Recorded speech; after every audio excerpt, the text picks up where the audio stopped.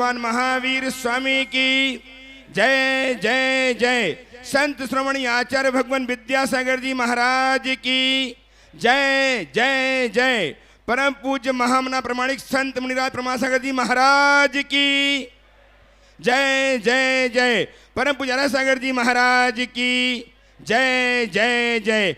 ज्ञान कल्याणक महा महोत्सव की, अहिंसामयी जैन धर्म की इस धर्म सभा में समोस्तरण में विराजमान सभी भव्यजनों एवं सुदूर अवस्थित टीवी के माध्यम से, प्रमाणिक है पारस चैनल के माध्यम से इस दृश्य को देख रहे एवं गुरुदेव के श्रीमुख से अपनी शंकाओं के समाधान सुन रहे सभी भव्यजनों, सुधी श्रोताओं, आज हम पुनः एकत्र हैं गुरुदेव के श्री चरणों में बैठ करके अपनी शंकाएं प्रस्तुत करके समाधान प्राप्त करने के लिए।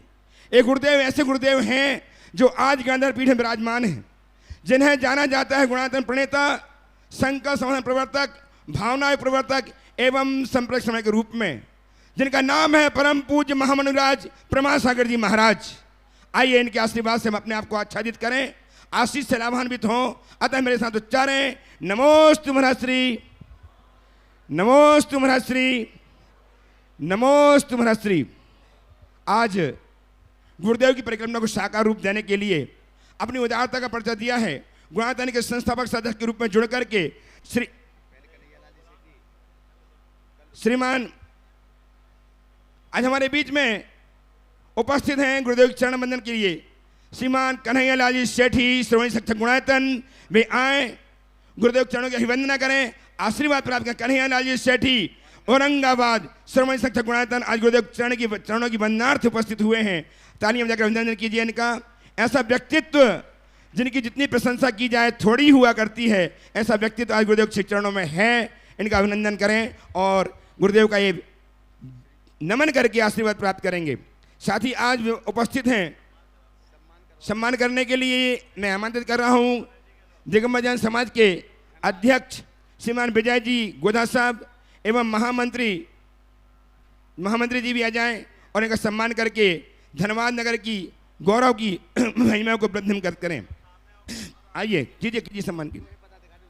और जो पदाधिकारी उपस्थित हैं वे ही करें। श्रीमान संजय जी गोधा साहब जो स्वधर्मेंद्र के रूप में अपने आप सुशोभित कर रहे हैं, वे सम्मान करें। तालियां लगातार बजती रहें। ऐसा व्यक्तित्व आपके बीच में है जिनके कृत्य जैन समाज के लिए अनुपमेय हैं। और आज हमारे बीच में है पद्मश्री विभूषित श्रीमान विमल जी रारा साहब पटना से, ऐसी विभूति जिन्होंने जैन धर्म जैन समाज गौरव प्रदान किया है। आज गुरुदेव के चरणों की वंदनार्थ उपस्थित सपत्नीक परिवार सहित उपस्थित हैं। वे आए, अभिवंदना करें, गुरुदेव के चरणों की आशीर्वाद प्राप्त करें और इनका सम्मान करके दिगंबर जैन समाज धन्यवाद अपने आप को हर्षित करेगी। सम्मान में आप तालियां लगातार बजती हैं, आप तालियां इनका सम्मान करने में कारण बनेंगी।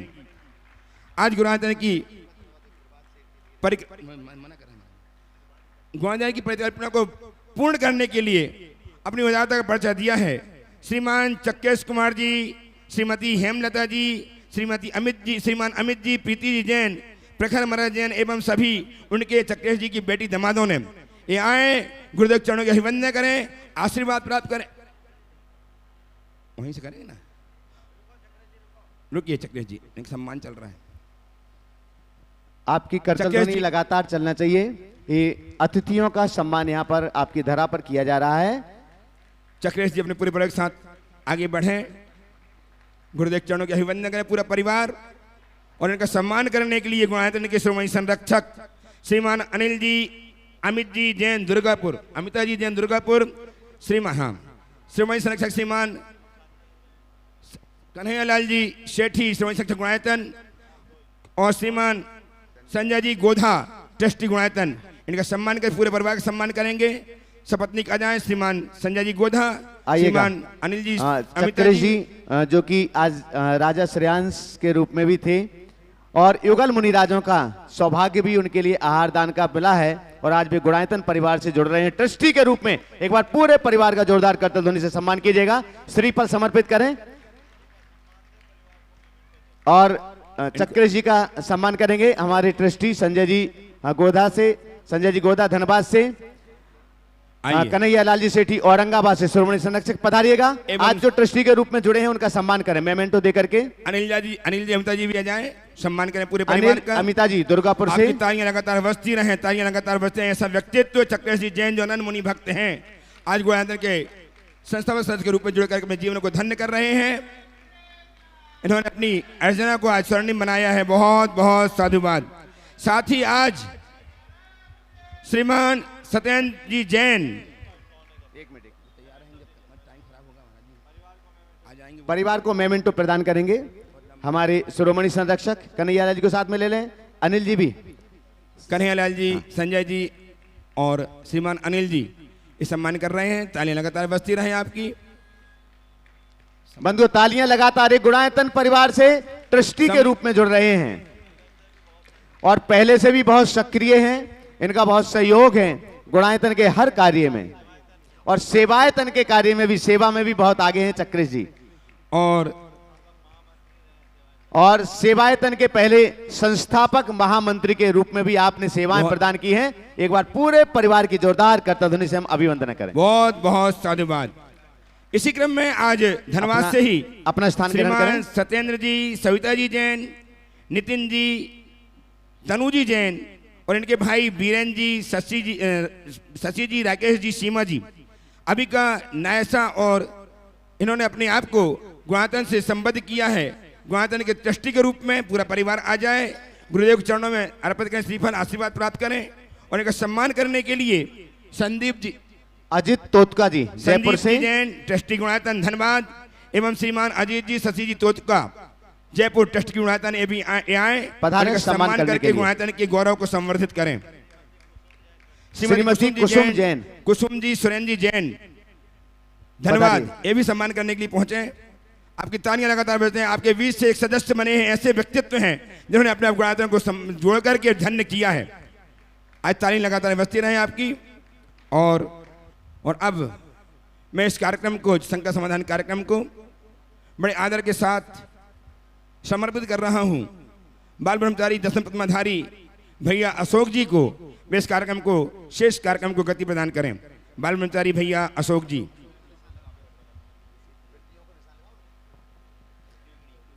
आइएगा बंधुओं, शंका समाधान के मेमेंटो प्रदान करें उनके लिए। अजित जी को दे दो। अजित जी तो थोड़ा सा सम्मान में शीघ्रता करिएगा। अजित जी मेमेंटो ले लें और कुसुम जी भी साथ में पहुंचेगा सम्मान करने के लिए। कुसुम जी, सुरेंद्र जी, हाँ, साथ में पहुंचे। चलेगा बंधुओं, एक गुणायतन के ट्रस्टी परिवार के ट्रस्टी रूप में परिवार से सम्मिलित हो रहे हैं, गुणायतन परिवार से जुड़ रहे हैं। आइएगा, इसी के साथ शंका समाधान के इस सत्र को हम यहाँ पर प्रारंभ करने के लिए जा रहे हैं। आज का यह शंका समाधान का विशेष सत्र है। देश और दुनिया में पारस चैनल और प्रामाणिक ऐप के माध्यम से आप सभी लोग इस कार्यक्रम को देख रहे हैं। धनबाद की इस पावन धरा पर आज दिव्य परमात्मा के लिए केवल ज्ञान की उत्पत्ति हुई है और दिव्य समो शरण में वे विराजमान हैं। और आज का शंका समाधान गर्दर पीठ पर विराजमान पूज्यवर मुनि श्री प्रमाण सागर जी के माध्यम से आप यहां से सुन रहे हैं। सीधे सीधे लाइव आप देख रहे हैं समो शरण से आज का शंका समाधान। तो आइएगा, शंका समाधान के इस सत्र को हम प्रारंभ करते हैं। और सबसे पहले प्रश्न के लिए हम यहां पर आमंत्रित कर रहे हैं श्रीमती अर्चना असित जी, वैनाडा, कोलकाता। प्रथम प्रश्न के लिए आमंत्रित कर रहा हूं, उसके बाद तैयार रहेंगे श्रीमती कांता देवी, कोलकाता। माइक शीघ्रता से भिजवाएं। आप लोग अपना स्थान ग्रहण कर लें शीघ्रता से। नमोस्तु महाराज जी। महाराज जी, स्वयंभू सिर्फ क्या तीर्थंकर होते हैं कि और भी अरिहंत होते हैं?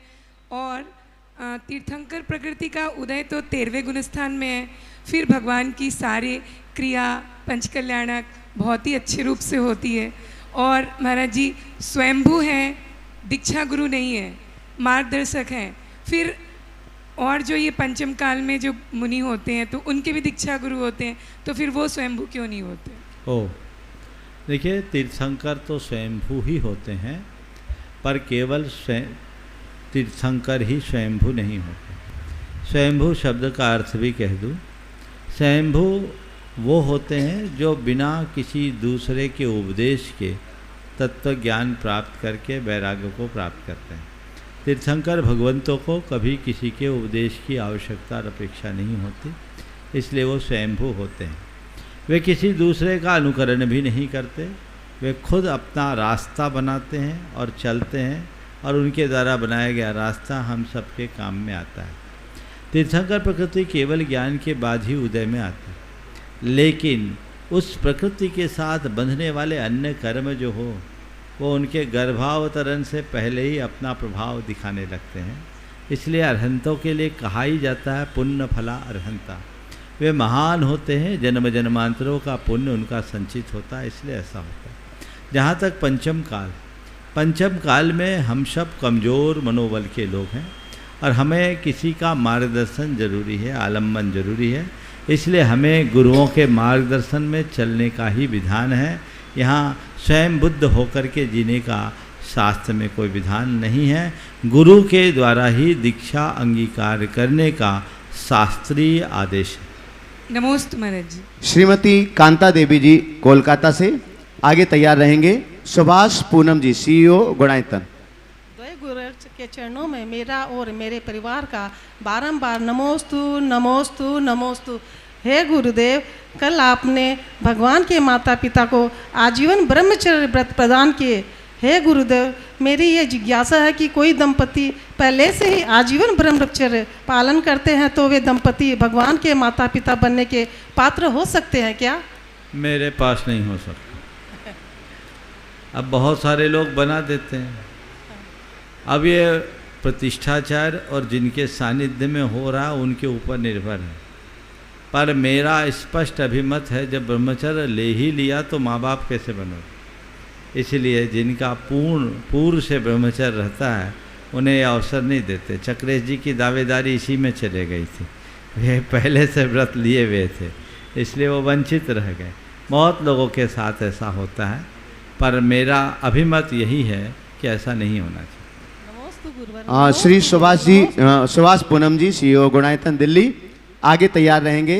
श्रीमती राखी प्रमोद जैन, धनबाद। नमोस्तु महाराज श्री राजा श्रेणिक ने इतने पाप किए, मुनि के गले में सांप भी डाला, अपहरण किया, कोई व्रत संयम नहीं लिए उन्होंने, उसके बाद भी अगले 2-3 भवों में वो तीर्थंकर बन जाएंगे। तो ऐसे उन्होंने क्या भाव भाए थे कि उनको तीर्थंकर प्रकृति का बंध आगे चल के हो जाएगा? महाराज श्री नमस्ते। हो जाएगा नहीं, हो गया जी, हो गया। देखिए, ये बहुत ही अच्छा सवाल और समझने लायक सवाल। राजा श्रेणिक के बारे में आज मैंने सुबह भी चर्चा की थी। राजा श्रेणिक का जो पिछला अध्याय बहुत खराब था। उसने एक तो चेलना का अपहरण करके विवाह किया था, मुनिराज के ऊपर भयानक उपसर्ग किया था, और मुनिराज पर किए गए उपसर्ग के परिणाम स्वरूप उसने सप्तम नरक की आयु का बंध किया था। लेकिन बाद में उसका हृदय परिवर्तन हुआ, वह भगवान महावीर के शरणागत हो गया, उनका परम भक्त हो गया, उनके समोसरण का मुख्य श्रोता। उसने भगवान से 60,000 सवाल किए। उसे अपने कृत्यों पर पश्चाताप तो था, लेकिन कर्म ऐसा बंध चुका था कि उसके कारण वो संयम अंगीकार करने का भाव नहीं रख सका, पर संयमियों का सत्कार जीवन भर किया। भगवान के सानिध्य से उत्पन्न विशुद्धि ने उसकी चेतना में वह प्रकाश प्रकट की जिसके बल पर उन्होंने तीर्थंकर प्रकृति का बंध कर लिया और आने वाले 24 के प्रथम तीर्थंकर बने। हाँ, सप्तम नरक की आयु का बंध होने से उन्हें नरक तो जाना पड़ा क्योंकि उनने पाप किया था, पर अपनी आत्मा को विशुद्ध बनाकर उनने उस नरक की सजा को कम कर लिया। जिसे 33 सागर पर्यंत नरक में रहना था वो मात्र 84,000 वर्ष के लिए गए, यानी समुद्र को चुल्लू में बदल डाला। इस पूरे प्रकरण से मैं एक ही बात कहता हूँ, यदि किसी व्यक्ति के द्वारा अज्ञान दशा में कोई दुष्कृत्य हो गया हो, पाप हो गया, और उसके बाद उसके हृदय में पश्चाताप हो और ज्ञान भाव करके वो अपने जीवन की दिशा बदल ले, तो अपने पापों को बहुत अंशों में प्रक्षालित कर सकता है, जीवन को बदल सकता है। इसलिए कभी भी किसी के जीवन को उसके अतीत से मत पहचानो, उसके वर्तमान को देखो। हो सकता है बिगड़ा अतीत वाला इंसान का भविष्य भी हमसे अच्छा हो जाए। नमोस्तु महाराज। श्रीमती राखी प्रमोद जी जैन धन्यवाद। उसके बाद तैयार रहेंगे प्रतिष्ठाचार्य पंडित श्री कमल कुमार जी जैन कोलकाता। नमोस्तु महाराज जी, नमोस्तु नमोस्तु। जब कोई दूसरों से धोखा खाता है तो वो उससे लड़ पड़ता है, लेकिन जब अपनों से धोखा खाता है तो मौन हो जाता है, ऐसा क्यों? दूसरों से धोखा खाता है तो लड़ पाता है, अपनों से धोखा खाता है तो मौन हो जाता है। देखिए, दूसरों का धोखा प्रतिकार का कारण बन सकता है, पर खुद का धोखा, अपनों का धोखा क्या प्रतिकार करे, प्रतिवाद करे? ये तो उससे चुपचाप सह लेना ही सार्थक होता है, क्योंकि अपनों से लड़ाई अच्छी नहीं। प्रतिष्ठाचार्य पंडित श्री कमल कुमार जी जैन। प्रमोद अच्छा, प्रमोद को हाँ बोलो प्रमोद। हाँ, सुख व्यक्ति के अहंकार की परीक्षा लेता है, जबकि दुख व्यक्ति के धैर्य की। गुरुदेव, मनुष्य इन दोनों परिस्थितियों में अपना संतुलन कैसे बनाए रखे? सुख को नाशवान मानो और दुख को अल्पकालिक मानो। अगर सुख को नाशवान मानोगे तो कभी सुख का अभिमान नहीं होगा, और दुख को अल्पकालिक मानोगे तो मन कभी अधीर नहीं होगा। कितना भी सुख हो ये सोचो टिकाऊ नहीं है, 2 पल का है, और कितना भी बड़ा दुख है ये सोचो स्थायी नहीं है, बीत जाएगा। ये दोनों बातें मन में आए तो न अभिमान होगा न अधीरता। नमोस्तु। प्रतिष्ठाचार्य पंडित श्री कमल कुमार जी जैन कोलकाता। बंधुओं, हम आपके लिए बतला दें कि धनबाद में जो पंचकल्याणक संपन्न हो रहा है यह सिर्फ धनबाद तक सीमित नहीं है। धनबाद का ही पंचकल्याणक नहीं है, वरन धनबाद के इस पंचकल्याणक में लगभग 7 स्थानों पर विराजमान होने वाले जिन बिंबों की प्रतिष्ठा हो रही है, उसमें पंडित जी कमल कुमार जी भी जिन बिंब लेकर के आए हुए हैं, और हाँ, कोलकाता से, और वे जिन बिंब यहाँ पर प्रतिष्ठित होकर के अमेरिका में वाशिंगटन डीसी में विराजमान होना है। जिनालय में एक बार जोरदार करता ध्वनि से सम्मान करें। और मैं संजय जी गोदा इस प्रतिष्ठित महामहोत्सव के सौदरमिंद्र और कुबेर इंद्र के लिए आमंत्रित करता हूं कि जब तक वो प्रश्न कर रहे हैं, प्रश्न के बाद उनका सम्मान भी यहां पर करना है प्रतिष्ठाचार्य विद्वान सरस्वती पुत्र के नाते। तो मैं निवेदन करता हूं कि पहले वो अपना प्रश्न रखें, तब तक सम्मान के लिए तैयार रहेंगे। और इसके बाद तैयार रहेंगे श्री अरुण जी जैन धनबाद। नमोस्तु भगवान, नमोस्तु नमोस्तु। महाराज श्री, एक प्रश्न है। समूसरण में गणधर पीठ पर जो गणधर विराजमान होते हैं, उनके साथ जो मुनि होते हैं, क्या उन मुनियों का उसी भाव से मोक्ष संभव हो सकता है या और भी कई भाव लग सकते हैं? साथ में आर्यका माताओं की क्या भूमिका रहती है मोक्ष मार्ग में? देखिए, समूसरण में गणधर होते हैं जो मुनियों में प्रमुख होते हैं। गणधरों में भी मुख्य गणधर की सर्वाधिक भूमिका होती है। पुराणों के कुछ संदर्भों से ये दिखता है कि मुख्य गणधर की उपस्थिति में भी अन्य गुणधर मुखर हुए हैं, लेकिन अन्य मुनिगणों का वैसा कोई रोल नहीं होता। वे श्रद्धा भाव से भगवान की शरण में जाते हैं और भगवान के दर्शन और उनके तत्वोपदेश के रसपान से अपने आप को भाव विभोर करते, अपनी विशुद्धि को बढ़ाते हैं। जहाँ तक आर्यिकाओं का सवाल है, समूह शरण में आर्यिकाएँ श्राविकाओं के कोठे में रहती है और वह संयम के पथ पर चलते हुए अपने जीवन को कृतार्थ करती है। वो महिलाओं में प्रमुख होती है, जैसे पुरुषों में प्रमुख चक्रवर्ती होते हैं, वैसे स्त्रियों में प्रमुख आर्यिकाएँ होती हैं। मुनियों का अलग स्थान होता है, क्योंकि वो साक्षात मोक्ष मार्ग में आगे बढ़कर अपने जीवन का पथ प्रशस्त करते हैं, पर उनकी अतिरिक्त भूमिका समूह शरण में परिलक्षित नहीं है। नमस्ते। संजय जी गोता सौधर्मेंद्र और उनके साथ में जो भी पदाधिकारी या इंद्र आदि उपस्थित हैं भी उनका सम्मान करें। पंडित साहब का आप लोग एक बार जोरदार तालियों से आइएगा। श्री अरुण जी जैन धन्यवाद। इसके बाद तैयार रहेंगे श्रीमती चंद्रकला जी पाटनी रांची। बोलिएगा, प्रश्न करें अपना। नमोस्तु महाराज जी, नमोस्तु महाराज जी, नमोस्तु महाराज जी। मेरा प्रश्न ये है कि जो हम लोग मंदिर में शांति धारा करते हैं या देखते हैं, तो कोई आदमी शीश से शुरू करता है और कोई आदमी चरण से शुरू करता है, इसमें सही क्या है? शांति धारा मूल सिर से ही करना चाहिए जब अभिषेक हो। अगर बड़े बिंब हो जहाँ चरणाभिषेक किया जा रहा है, वहाँ चरणों में कर सकते। आगे। नमोस्तु महाराज। श्रीमती चंद्रकला जी पाटनी, रांची गुणायतन मंत्री और ट्रस्टी। आगे तैयार रहेंगे श्रीमती रीना जी, संजय जी, मिहिजाम। दोनों मुनि राजों के चरणों में मेरी तरफ से जगत के सब जीवों की तरफ से नमोस्तु। महाराज श्री, अल्प अवस्था में वैधव्य प्राप्त महिला के लिए सही मार्ग क्या है? उनके लिए पुनर्विवाह सही है कि संयम का मार्ग? बहुत अच्छा सवाल किया। देखिए, जीवन में संयोग किसी के साथ भी कुछ भी बन सकता है। कब किसके साथ क्या संयोग बन जाए कोई पता नहीं। यदि किसी स्त्री के साथ ऐसा होता है तो इसे एक संयोग मानकर स्वीकार करना चाहिए, इसमें उसका कोई दोष नहीं, और इसे एक वैराग्य का निमित्त बनाना चाहिए। शास्त्रीय विधानानुसार पति को खोने के बाद स्त्री के लिए शील, संयम, सदाचार का रास्ता अपना करके चलने का विधान किया गया। यदि वो संयम का मार्ग अपनाती है तो ब्रह्मचारिणी बनकर के समाज का आदर्श बनती है, सबके श्रद्धा और आदर का पात्र बनती है। पुनर्विवाह वाम मार्ग है जो कतई अनुकरणीय नहीं है।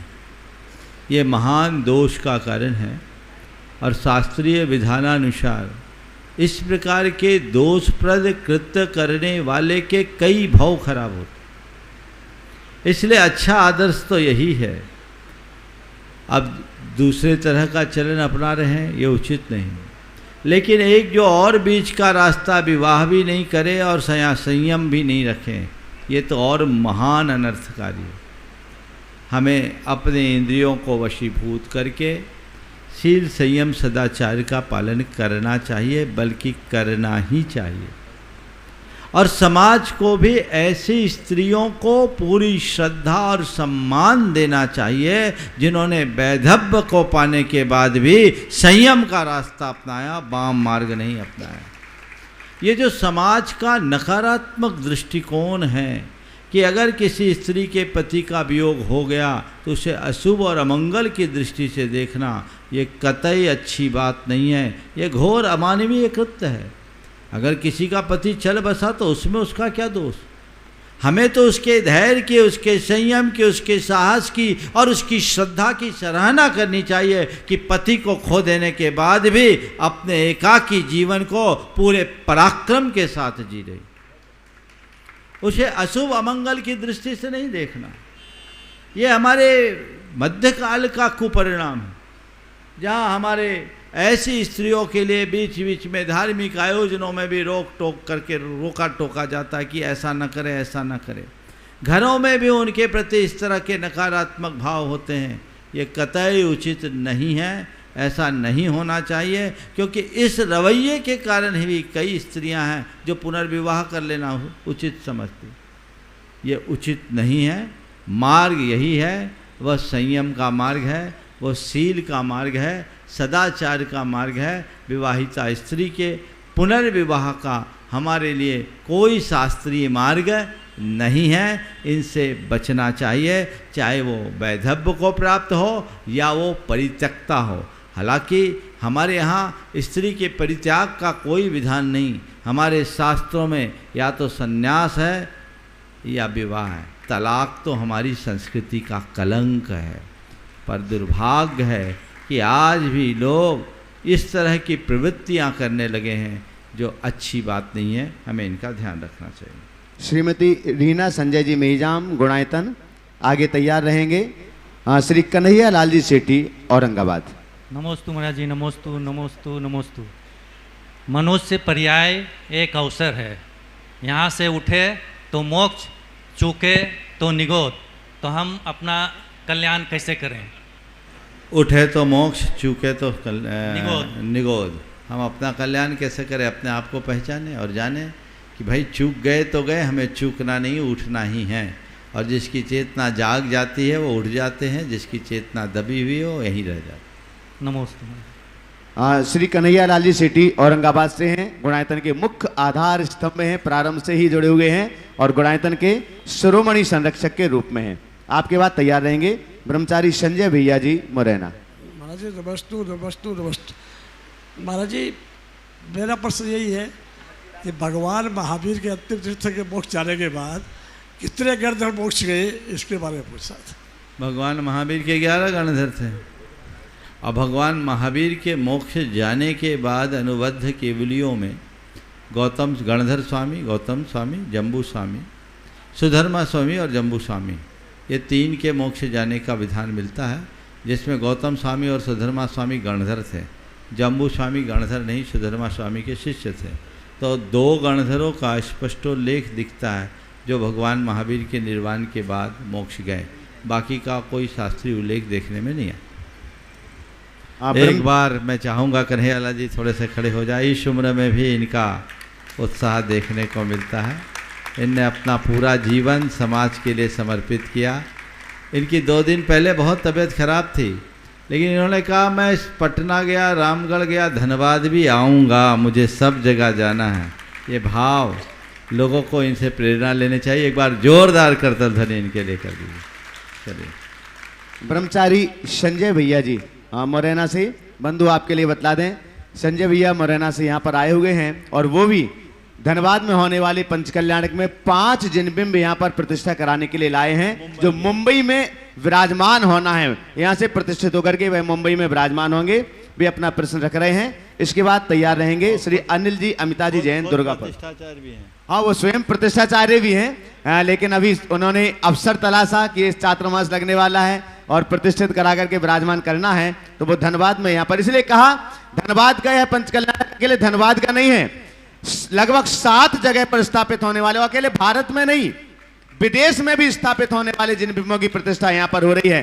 जयपुर वाले तो पूरे 5-7 दिन से लाभ ले ही रहे हैं। लगभग 25-35 जिनबिंब जयपुर से यहाँ पर आए हुए हैं और उनकी भी प्रतिष्ठा यहाँ पर हो रही है। ब्रह्मचारी संजय भैया मुरैना आगे तैयार रहेंगे। अनिल जी अमिता जी जैन दुर्गापुर, शिरोमणि संरक्षक गुणायतन। मुनि श्री के पावन चरणों में नमोस्तु। महाराज श्री के आशीर्वाद से इन्हीं पंचकर्ण की श्रृंखला में पिछले पटना में भी प्रतिष्ठा कराने का सौभाग्य प्राप्त हुआ था। उनके आशीर्वाद का हमें लाभ मिला। महाराज श्री, प्रश्न अभी के पिछले प्रश्न से संबंधित है। जो वैधव्य जीवन को जीतने विधवा हो जाते हैं या परित्यक्ता हैं, उनके साथ विवाह करने को आज लोग बहुमान दे रहे हैं। ऐसा कहते हैं एक व्यक्ति का जीवन संवार दिया, ये अच्छा कार्य किया है और उसको समाज में बहुत सम्मान की दृष्टि से उठाया जाता है, प्रोत्साहन दिया जा रहा है। दूसरा, यदि कोई स्पर्श शूद्र आदि से विवाह कर लेते हैं तो इन दोनों कंडीशन में उस व्यक्ति की धार्मिक अनुष्ठानों में या मंदिर में क्या भूमिका रहना चाहिए, इसके लिए मार्गदर्शन करने की कृपा करेंगे। देखिए, लोक में जो भी जिसके प्रति अवधारणा बन गई हो, बना दी गई हो, अपनी जगह है, लेकिन ये हमारे शास्त्र सम्मत नहीं है, धर्म सम्मत नहीं। जिन बातों का हमारे शास्त्रों में निषेध है, हमें उन बातों से पूरी तरह बचकर रहना चाहिए और इस तरह की क्रियाओं को हमें कतई प्रोत्साहित नहीं करना चाहिए। ये जो कुछ भी चीज़ें हैं वाम मार्ग का फैलाव है, हमें इन सब को हतोत्साहित करने की आवश्यकता और अपेक्षा है, तभी हम अपने जीवन में कुछ बेहतर घटित कर सकें। जहाँ तक धार्मिक क्रियाओं का है, जो हमारा शास्त्रीय विधान है, उससे बाहर कोई कार्य नहीं होना चाहिए। नमोस्तु गुरुदेव। श्री अनिल जी अमिता जी जैन दुर्गापुर। नमोस्तु गुरुदेव। शिरोमणि संरक्षक गुणायतन। आपके बाद तैयार रहेंगे श्रीमान अजित जी शशि जी तोतका जयपुर, ट्रस्टी गुणायतन। गुरुदेव, कई दिनों से पंच कल्याणक में उत्साह से भाग ले रहे हैं। गर्भ कल्याणक, जन कल्याणक, सभी में बहुत उत्साह लगा। लेकिन गुरुदेव, जब कल मुनि की दीक्षा हुई आदि कुमार की, तो आंखें स्वयं ही बरसने लगी। हालांकि पता था कि ये वीत राग हो गए हैं, लेकिन फिर भी मन काबू में नहीं रहा। तो क्या उसका कर्म बंद होता है उससे, हमारा आर्त ध्यान होने से? आर्त ध्यान होने से कर्म, देखिए ये भावुकता के क्षण होते हैं। भगवान दीक्षित हो रहे हैं तो आंखें भर आती है, ऐसा लगता है कि अब गए भगवान, क्योंकि हमारे अंदर राग के संस्कार। पहले से आपने पंचकल्याणक भी यही सोच के आयोजित किया कि भगवान को दीक्षा लेना है, लेकिन ये मोह भाव 2 दिन तक 3 दिन तक भगवान की सेवा करते करते अटैचमेंट इतना हो जाता है कि वो मोह भाव छूटता नहीं, उसकी अभिव्यक्ति हो जाती है। ये दुर्बलता, जो तटस्थ ज्ञानी लोग होते हैं वो ऐसा नहीं करते। गुरुदेव अगर आपकी अनुमति हो तो ईशानवी। हाँ दो। नमोस्तु नमोस्तु नमोस्तु गुरुवर। मैं ईशानवी जैन दुर्गापुर से। हेलो। मैं पंच कल्याणक में हर दिन सम्मिलित नहीं हो पाई, पर मैं आज और कल सम्मिलित होंगी, तो इसका मुझे कितना पुण्य प्राप्त होगा? अब जितना पुण्य हो, भावना इतनी भाव कि अगला पंच कल्याणक हो तो मैं पूरा भाव। जी नमोस्तु। और अब तो तुम बड़ी हो गई, अष्टकुमारी बन जाना, तब पूरा आनंद होगा। सबसे ज़्यादा आनंद तो अष्टकुमारियों ने लिया है, पूछो जितती है ना। सारी क्रियाएं उनके ही माध्यम से संपन्न होती है, इसलिए आपकी बार चूकना नहीं, अपने दादा दादी को बोल के रखो। चलो नमोस्तु। श्रीमान अजित जी, शशि जी, तोतका जयपुर, ट्रस्टी गुणायतन आगे तैयार रहेंगे। श्रीमती लता जी गंगवाल। नमस्ते महाराज श्री। महाराज श्री, व्यक्ति की ज़िंदगी में सामाजिक कार्य भी होते हैं, धार्मिक कार्य भी होते हैं और आजीविका के कार्य भी होते हैं। कई बार बड़ा मुश्किल हो जाता है कि धार्मिक कार्य के टाइम पे आजीविका कार्य आ गया, फिर कोई सामाजिक कार्य आ गया, बहुत मुश्किल से हो जाता है एडजस्टमेंट। तो उस टाइम पे हम एडजस्टमेंट कैसे करें महाराज? देखिए, पारिवारिक, धार्मिक, सामाजिक और व्यापारिक चारों कार्य अपनी जगह उपयोगी हैं, पर हमें चारों में सामंजस्य बना करके चलना चाहिए। इन चारों प्रकार के कार्यों में सामंजस्य बनाने के लिए हमें एक दूसरे कार्य को नहीं निभाना चाहिए। अपनी प्राथमिकताएं निश्चित करनी चाहिए। सबसे पहले वैयक्तिक जिम्मेदारी को पूरा कर निभाना चाहिए, इसके बाद पारिवारिक। व्यक्तिगत और पारिवारिक जिम्मेदारियों को निभाते हुए हमें जब व्यापारिक, धार्मिक और सामाजिक कार्यों में प्रमुखता देने की बात आए तो हमें पहली प्रमुखता अपने धार्मिक कर्तव्यों की पूर्ति के लिए देना चाहिए, दूसरे क्रम में सामाजिक और तीसरे क्रम में व्यापारिक। ये मैं उस संदर्भ में कह रहा हूँ जब यदा कदा कोई इस तरह के प्रसंग आते हैं और हमारे सामने चुनाव करने का मौका हो, तब ये सोचना चाहिए व्यापार तो मुझे जीवन भर करना है, लेकिन कोई धार्मिक अवसर आया है तो बड़ी दुर्लभता से आया है, मुझे इसका पूरा लाभ उठाना है। पंच कल्याणक चल रहा है, धनबाद वाले 15 दिन से सारा व्यापार धंधा बंद कर रखे, यह इनकी प्राथमिकता का ही तो फल है। सब ने सोच रखा व्यापार तो जन्म जिंदगी तक करना है, पंच कल्याणक तो पहली बार हो रहा है, हमें पूरे उमंगों से जुड़ना है। आपकी इस भावना ने आपको यहाँ लगा दिया, प्राथमिकता बदल गई। हाँ, हो सकता है अगर व्यापारिक दृष्टि से देखा जाए तो लोग सोचते बड़ा नुकसान हो जाएगा, इतने दिन सारे कारोबार से दूर हो जाएंगे तो कैसे होगा। जिसकी प्राथमिकता में व्यापार होगा वो धर्म के क्षेत्र में आगे नहीं बढ़ पाएगा। तो हमें प्राथमिकताएं बदलनी हैं और हमारी सारी प्राथमिकता हमारी धारणा, श्रद्धा और भावना के अनुरूप होती है, तो हमें उसी अनुरूप अपना जीवन व्यवहार आगे बढ़ाना चाहिए। श्रीमती लता जी गंगवाल गया। शशि बोल रही, दे दो शशि। करना है, प्रश्न करना है? हाँ कर लो। जोड़ी से बुलाते हो, जोड़ी आते। नमस्ते महाराज जी। महाराज जी, कई बार जैसे शुभ भाव हमारे अंदर में उत्पन्न होते हैं तो उस कार्य को उस समय कर लेना चाहिए या कल पे छोड़ना चाहिए? कल को किसने देखा? अगर कल पर भरोसा है तो छोड़ दो, और नहीं है तो तुरंत कर दो। नमस्ते महाराज। श्रीमती लता जी गंगवाल गया, ट्रस्टी और मंत्री गुणायतन। आगे तैयार रहेंगे श्री बिमल जी रारा, पद्मश्री विभूषित, जो पटना से हमारे बीच हैं। दोनों गुरुवर के चरणों में मेरा बारंबार नमोस्तु। महाराज श्री, सील पहाड़ ग्रंथ में लिखा है कि राजा श्रेणिक जब अयोध्या तीर्थंकर के रूप में पैदा होना ही था तो अभी वो नरक में तो है, लेकिन उनके पैदा होने के पहले 6 महीना पहले से ही रत्नों की बारिश होने लगती है, ऐसा क्यों? देखिए, ये तीर्थंकरत्व का प्रभाव है, अचिंत्य प्रभाव। जो तीर्थंकर होते हैं उनके जीवन का, उनका पुण्य का प्रताप ऐसा हो कि उनके पुण्य से प्रेरित होकर देवतागण ऐसा कार्य करते हैं, इसलिए ऐसा हो। नमोस्तु। पद्मश्री से विभूषित जो सम्मानित हैं ऐसे श्री बिमल जी रारा, पटना से हमारे बीच, एक बार जोरदार करतल ध्वनि से उनका सम्मान करें। वे अपना प्रश्न यहाँ पर रख रहे हैं और आगे तैयार रहें। आज हमारे बीच शहर के कुछ अतिथिगण यहाँ पर उपस्थित हैं। दीपक जी रुइया, योगेंद्र जी तुलस्तान, विनोद जी तुलस्तान, हरि प्रकाश जी रारा, अनिता जी अग्रवाल, महेंद्र जी अग्रवाल और शैलेंद्र सिंह जी। एक बार जोरदार करतल ध्वनि से उन सभी का सम्मान करें। अगर आप में से कोई प्रश्न करना चाहते हैं तो भी थोड़ा सा अपना स्थान छोड़कर के आगे आ जाएंगे, ताकि आप गुरुवर के चरणों में आपके कोई भी मन की व्यथा है, प्रश्न है, तो उसको आप समाधित कर सकेंगे। श्री विमल जी रायरा, पटना। नमोस्तु गुरुवर। एक सूचना मैं देना चाहता हूँ कि भारत की जो नई राष्ट्रपति बनने वाली हैं मुर्मू जी, वो शाकाहारी है। देश के प्रधानमंत्री भी शाकाहारी, गृह मंत्री भी शाकाहारी।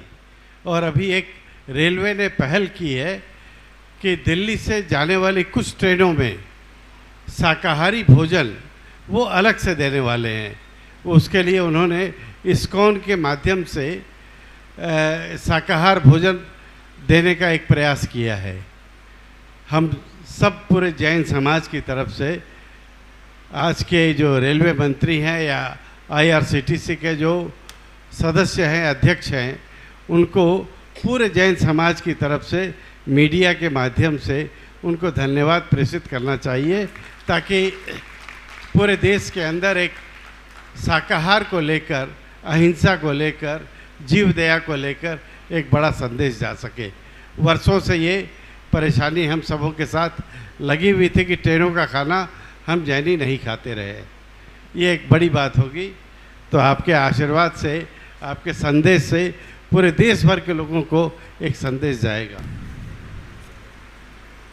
दूसरा कि जैन धर्म में किसी का भी देहांत होता है तो वो 13 दिन के बाद कोई क्रियाएं नहीं होती हैं, जबकि सनातन धर्म में पुनर्जन्म और फिर बरखी और बाकी सब लगातार होता है। तो क्या जैन धर्म में पुनर्जन्म की कल्पना है या नहीं? देखिए, दो बातें कही। पहली बात तो आपने राष्ट्रपति पद के प्रत्याशी श्रीमती द्रौपदी मुर्मू जी के संदर्भ में कहा। निश्चित ये बहुत अच्छा सुयोग है और पूरे अहिंसक समाज के लिए गौरव की बात है। द्रौपदी जी पिछले वर्ष 30 मार्च को हमारे पास थी। हजारीबाग में उन्होंने आचार्य श्री के कीर्ति स्तंभ का लोकार्पण अपने हाथों से किया था। तब वो झारखंड की राज्यपाल थी और ये कहा गया था कि जब वो राजभवन गई तो वहाँ के पुराने सारे बर्तनों को अलग कर दी। शाकाहारी होने के नाते अपने बर्तन तक को परिवर्तित किया, क्योंकि जिस बर्तन में मांस भक्षण किया गया हमें वो स्वीकार नहीं। वो इस स्तर की सोचती है।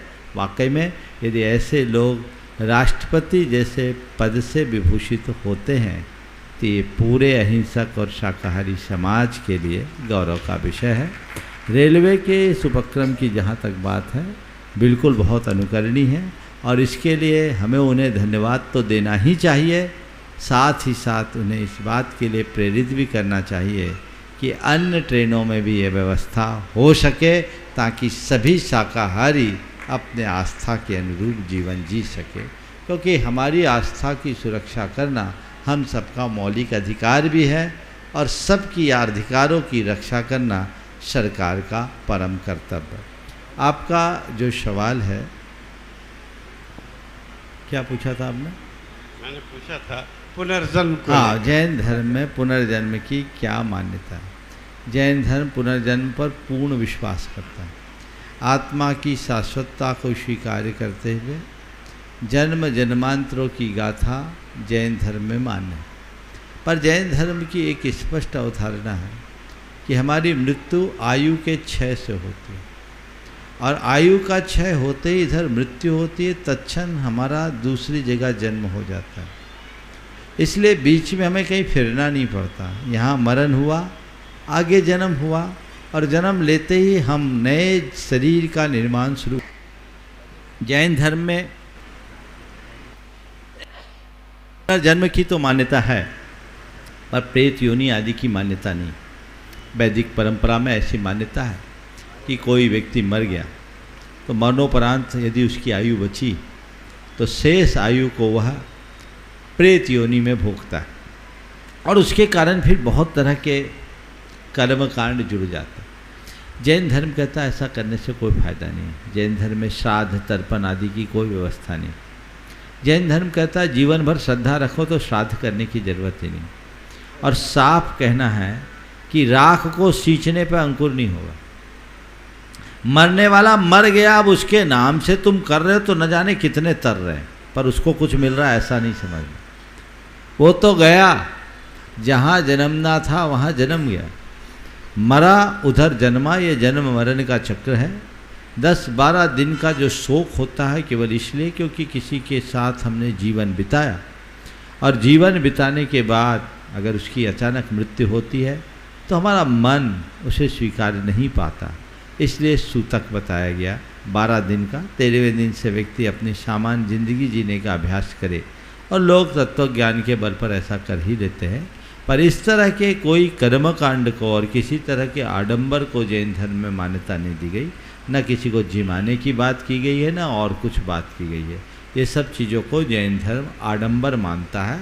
जैन धर्म का स्पष्ट कहना है, जातस्य मरणम ध्रुवम, ध्रुवम मृतस्य जन्म च। जो जन्मा है उसका मरण निश्चित है, और जो मरा है उसका जन्म निश्चित है। जन्म और मरण के मध्य में गैप नहीं है। हाँ, शरीर के निर्माण में 9 महीना लग सकता है, लेकिन हमारी उत्पत्ति तत्क्षण हो जाती है। वह जीव वापस लौट कर कभी नहीं आता, और उसमें उस तरह की कोई प्रक्रिया नहीं। महाराज, हाँ, 2 प्रश्न और है। हाँ दीजिए, समय कम है। जल्दी जल्दी। एक तो बहुत वर्षों से मैं चाहूँगा इनके साथ जो पटना वाले और साथ में आ जाओ धीरज। हाँ, तो मैं आमंत्रित कर रहा हूँ श्री प्रभात जी सेठी, धीरज जी सेठी, सुबोध जी छावड़ा, अनिल जी जो पटना बिहार से हमारे बीच उपस्थित हैं। एक बार पधारें, साथ में आ जाएं और आप आशीर्वाद भी ग्रहण कर लें। पूरे प्रभात जी सेठी गिरिडीह से और बाकी पटना से। पूरे विश्व के अंदर बहुत सारे लोग आँखों की रोशनी के कारण या किडनी या लीवर वगैरह के फेल्योर के कारण सामान्य जीवन नहीं जी पाते। वैसे लोगों के लिए नेत्रदान या अंगदान की चर्चा बहुत होती है, और इससे मानवता का बहुत बड़ा उपयोग सहयोग होता है, क्योंकि लाखों लोगों को नेत्रों से रोशनी या किडनी के माध्यम से उनका जीवन सफल हो पाता है। इस विषय में जैन धर्म की क्या व्याख्या है? पहले तो मैं चाहूँगा एक बार सभी लोग, आप भी आ जाओ साथ में, विमल जी का जोरदार करतल ध्वनि से सम्मान कीजिए। विमल जी हमारे समाज की एक विभूति है।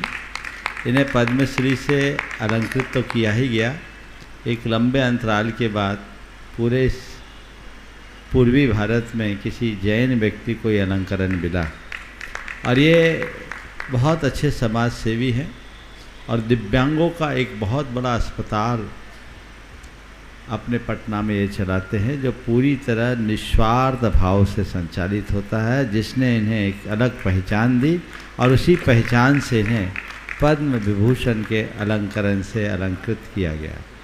निश्चित ऐसा कार्य बहुत ही सराहनीय है। मैं पुनः आपके इस कार्य की भूरी भूरी प्रशंसा करके आशीर्वाद देता हूँ, साथ में आपकी धर्म पत्नी को भी, जो कंधे से कंधा मिला करके आपका साथ देती है। अब रहा सवाल कि अंगदान, नेत्रदान के संदर्भ में क्या है। देखिए, इन सब चीज़ों को धर्म अधर्म की दृष्टि से नहीं देखना चाहिए। कुछ लोग हैं जो इनका निषेध करते हैं, पर मैं कहता हूँ ये चीज़ें कतई उचित नहीं है, न तो ये प्रासंगिक है न ही समयोचित। ये मानवीय संवेदना से जुड़ी हुई चीज़ें हैं। जिन कार्यों से मानवता की रक्षा होती हो उसमें धर्म अधर्म हलक कर देना चाहिए, उसे पुण्य और पाप से ऊपर उठ करके काम करना चाहिए। अब किसी व्यक्ति को रक्त की जरूरत है, वो मर रहा है और उसे हम रक्त देंगे तो पुण्य मिलेगा कि पाप, तो बनिया बनकर धर्म मत करो।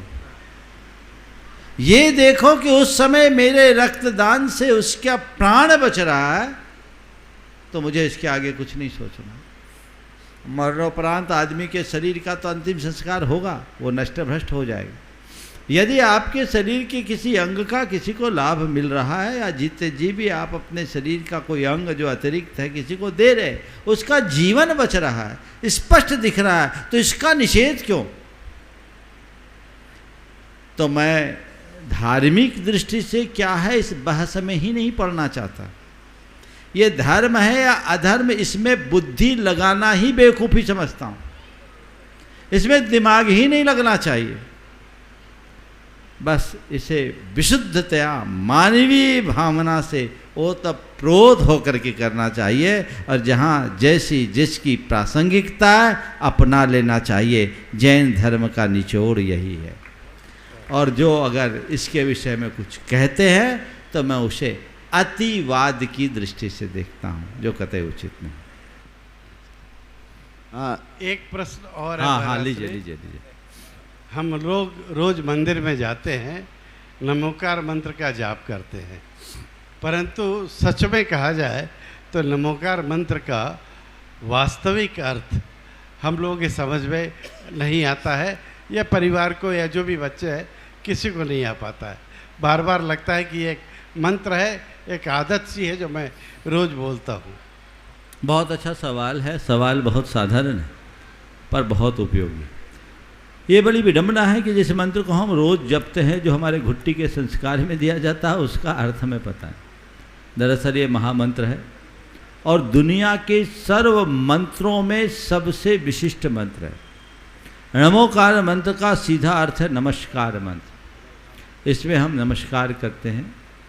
हमारे मूल आराध्य अरहंत सिद्ध आचार्य उपाध्याय और साधु, इनको नमस्कार किया।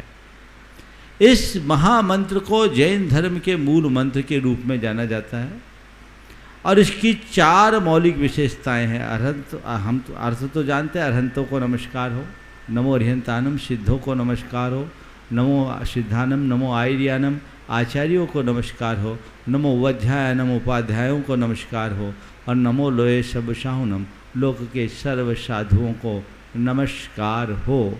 ये इसका सामान्य अर्थ है। लेकिन इस मंत्र की 4 मौलिक विशेषताएं। सबसे पहली विशेषता, ये अनादि सिद्ध मंत्र है। इसे सिद्ध करने की जरूरत नहीं है, श्रद्धा से जपने भर की जरूरत है, अपने आप काम होगा। पहली विशेषता। दूसरी बात, इसका कोई देवता नहीं, इसमें कोई बीजाक्षर नहीं। अरहंत, सिद्ध, आचार्य, उपाध्याय और साधु ये गुणवाची शब्द है, कोई व्यक्ति नहीं। इसमें कोई भी बीजाक्षर नहीं है। दुनिया का इकलौता मंत्र है जिसका कोई अधिष्ठित देवता ना हो या जिसमें कोई बीजाक्षर ना हो। ये इस मंत्र की दूसरी मौलिक विशेषता है, जो संसार के अन्य मंत्रों से इसे एक अलग पहचान देती है। तीसरी विशेषता इस मंत्र की है कि इस मंत्र की कोई आनुपूर्वी नहीं है। इस मंत्र को उल्टा सीधा कैसे भी जप सकते हो, दूसरे मंत्र को ऐसा मत करना। और ये मंत्र पूर्ण मंत्र तो अपने आप में मंत्र है ही, इसके एक पद को भी जप लो तो मंत्र है। नमो अरिहंतानम बोलो तो भी मंत्र है, नमो सिद्धानम बोलो तो भी मंत्र है, नमो आयर्यानम बोलो तो भी मंत्र, नमो वध्यायनम बोलो तो भी मंत्र, और नमो लोये सब साहुनम बोल दो तो भी मंत्र है। इतना तो जाने दो, अरिहंत का अ भी मंत्र है, सिद्ध का सी भी मंत्र है, आचार्य का आ भी मंत्र है, उपाध्याय का उ भी मंत्र है, और साधु का सा भी मंत्र है। ये इकलौता मंत्र। और चौथी विशेषता, यह मंत्र केवल सांतिक और पौष्टिक कर्म में प्रयुक्त होता है। मारन, मोहन, उच्चाटन में इसका कोई रोल नहीं। यानी ये मंत्र कभी किसी का अनिष्ट नहीं करता, सबका भला करता है। और कोई तुम्हारा कितना भी बड़ा अनिष्ट करने वाला हो, इस मंत्र की आराधना करो, सारे अनिष्ट टल जाएंगे। एक प्रसंग सुनाता हूँ। आप लोगों ने बाबा सूरजमल जी का नाम सुना होगा। जैन जगत के एक ख्यात लब्ध प्रतिष्ठाचार्य थे, ब्रह्मचारी जी थे। वो ट्रेन में यात्रा कर रहे थे, अपनी सीट पर बैठे थे। एक औघड़ बाबा आया, आकर के, अब वो नशा में था, अपना रुतबा दिखाया और पूरे कंपार्टमेंट को खाली करा दिया। बाबा जी से बोला, बच्चा उठ नहीं तो तुझे कच्चा खा जाऊंगा। अब बाबा जी तो खुद विधि विधान के ज्ञाता प्रतिष्ठाचार्य। बोले मैं क्यों उठूं, मेरी सीट है, मेरा रिजर्वेशन है, मैं यहाँ बैठा हूँ, यहाँ से क्यों उठूं। जब उन्होंने दोबारा धमकाया, तिबारा धमकाया, इन पर असर नहीं हुआ तो वो क्षुब्ध हो उठा और उनके ऊपर कुछ मांत्रिक प्रयोग करना शुरू कर दिया। बाबा जी ने उसके तेवर को देखा और कुछ नहीं किया, चुपचाप नमोकार मंत्र जपना चालू कर दिया। इधर ये नमोकार मंत्र जपे और वो बाबा पसीना पसीना हो गया, तर बतर, उसकी हालत खराब। 1 घंटे तक वो अपना मंत्र कर रहा और पसीने में तर बतर हो रहा है। घंटे भर बाद वो टॉयलेट गया तो लौट कर नहीं आया। सारे लोग उसकी हरकतों से परेशान तो थे ही। 15-20 मिनट बीत गए, जब वो लौट कर नहीं आया तो लोगों ने सोचा कि चलकर देखा जाए। टॉयलेट अंदर से बंद था और टॉयलेट खुलवाया गया, अंदर देखा गया तो वो व्यक्ति वहीं ढेर हो गया, वो वहीं ढेर हो गया। इसका रहस्य क्या है? उस व्यक्ति ने उन पर मारण मंत्र का प्रयोग किया था और बाबा जी ने नमोकार।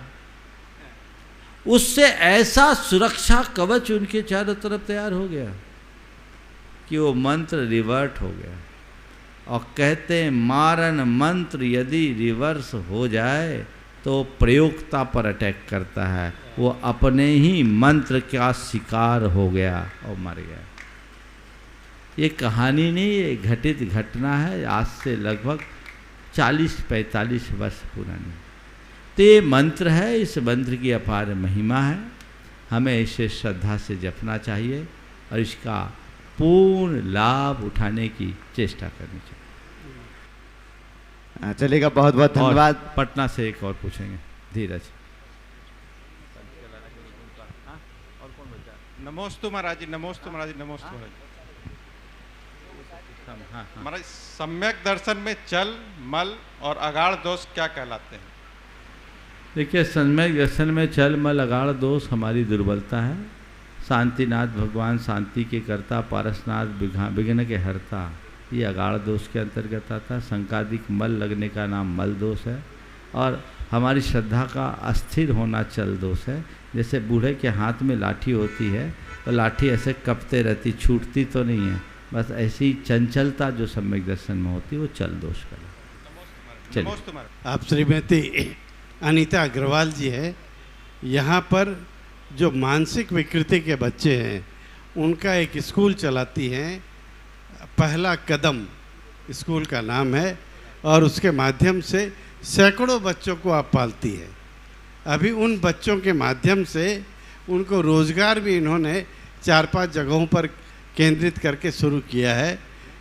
इनका अपना खुद का बेटा भी थोड़ा मानसिक विकृति का शिकार रहा है, परंतु इनकी सेवा भाव से पूरा धनबाद का क्षेत्र बहुत बहुत जो है इनके लिए यश की कामना करता है हमेशा। बहुत सुंदर, बहुत बढ़िया, सभी को आशीर्वाद। एक बार जोरदार करतल ध्वनि से सभी का सम्मान कर लीजिएगा। और ये साहित्य कहाँ है? नवीन, मैं महाराज जो भी लोग आए हैं उनका परिचय मैं करा देता हूं, ताकि अलग से कर लेंगे संक्षेप में। प्रश्न करा लोगों को, कोई का प्रश्न है तो, कोई प्रश्न करना है तो कर लीजिए। आज हमारे बीच यहाँ पर जिन्होंने सुनील कुमार जैन। महाराज जी, आज के डिजिटल युग में युवाओं को धर्म से जोड़ने के लिए हमें क्या करना चाहिए? युवाओं धर्म से पीछे हटते जा रहे हैं और धर्म से जुड़ने के लिए बुजुर्गों को युवाओं के सामने धर्म का व्यवहारिक आदर्श प्रस्तुत करना चाहिए।